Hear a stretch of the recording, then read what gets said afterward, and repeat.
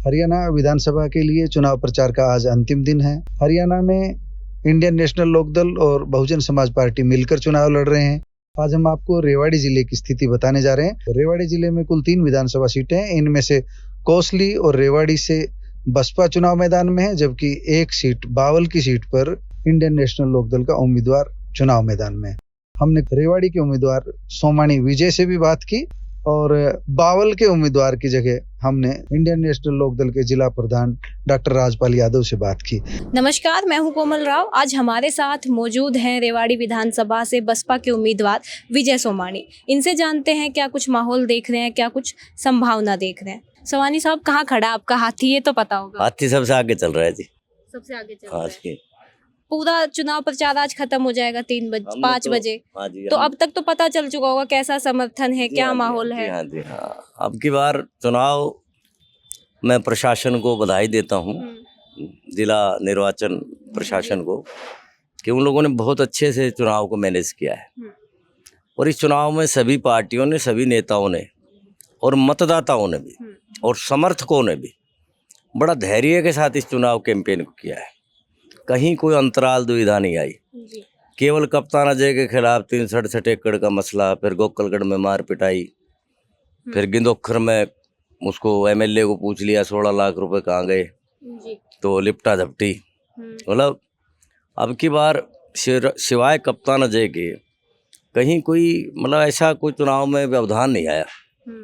फिर ये भी शिकायतें आ रही हैं। मैं आपके चैनल के माध्यम से जिला प्रशासन से आग्रह करूँगा कि वो ध्यान दें इस बात पर कि कहीं रात को दारू या पैसा वो भी इसी पार्टी की तरफ से होगा, उस पर ध्यान दें, क्योंकि अगर ध्यान नहीं दिया गया तो हो सकता है कोई संकट खड़ा हो जाए। तो सोमानी साहब कांग्रेस पे गरम है, भाजपा पे कुछ नरम है, ऐसा है? नहीं, ऐसा कुछ नहीं है।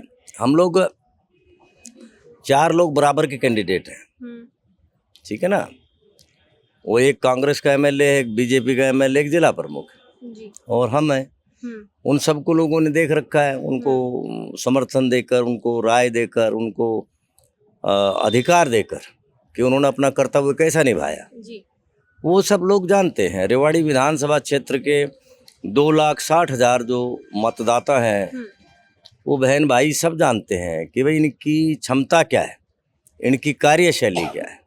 और विजय सोमानी चुनाव चिन्ह हाथी पर ज़्यादा मतदान कर देंगे जी, तो इनके काम की, विकास की, जो लॉ एंड ऑर्डर की जो स्थिति है उसको ठीक करने की जिम्मेवारी हमारी रहेगी।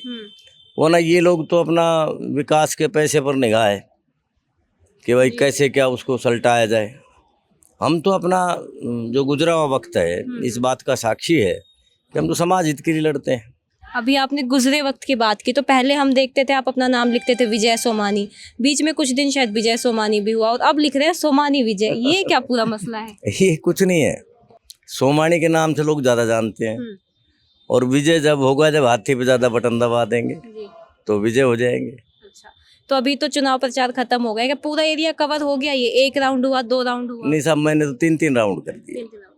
और आप यकीन मानिए 36 बिरादरी के लोगों ने, विशेष तौर पर जो जनप्रतिनिधि हैं, सरपंच, ब्लॉक समिति, जिला पार्षद, नगर पार्षद, उनका बड़ा साइलेंट मोड पर सहयोग रहा है।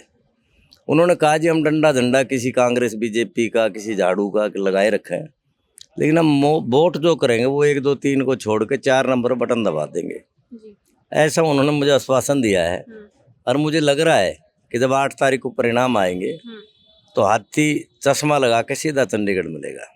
आज हमारे साथ मौजूद हैं डॉक्टर राजपाल यादव, इनेलो के जिला अध्यक्ष हैं। इनसे जानते हैं कि इन 3 विधानसभा में अपनी पार्टी की क्या संभावना देख रहे हैं और क्या कुछ माहौल है। सबसे पहले आप कैंडिडेट्स के बारे में ही बताइए। सबसे पहले धन्यवाद कोमल जी। हमारे तीनों प्रत्याशी जो इनमें से बावल विधानसभा के अंदर हमारे जो टिकट है वो इंडियन नेशनल लोकदल के खाते में है, जैसे संपतराम डैनवाल जी जो हमारे पिछली बार भी प्रत्याशी थे वो इस बार चुनाव लड़ रहे हैं। और रेवाड़ी विधानसभा की जो सीट है वो बहुजन समाज पार्टी के खाते में, उससे विजय सोमानी जी चुनाव लड़ रहे हैं। और उसी तरीके से कोसली विधानसभा की जो सीट है वो भी बहुजन समाज पार्टी खाते में, और वहाँ से राजकुमार शर्मा अपना चुनाव लड़ रहे हैं। संभावना क्या देख रहे हैं आप? देखिए, बावल जो विधानसभा क्षेत्र है वो इंडियन नेशनल लोकदल की मजबूत पकड़ वहां पे रही है। वहां से पहले भी हमारे विधायक बनते रहे और इस बार भी हमें संभावना है इस कांग्रेस और भाजपा की जो अपनी लड़ाई है उसके अंदर हम त्रिकोणीय मुकाबले में खड़े और अपनी सीट बावल से निकालने, मुझे लग रहा है हम अपनी सीट निकाल लेंगे। तो सत्ता में भागीदारी की उम्मीद है? हाँ बिल्कुल, इस बार इंडियन नेशनल लोकदल सत्ता में भागीदार है और मैं तो ये कह रहा हूँ इस बार सत्ता में भागीदार पीछे से के रास्ते से नहीं होगी, इस बार सत्ता में भागीदार फ्रंट डोर से होगी।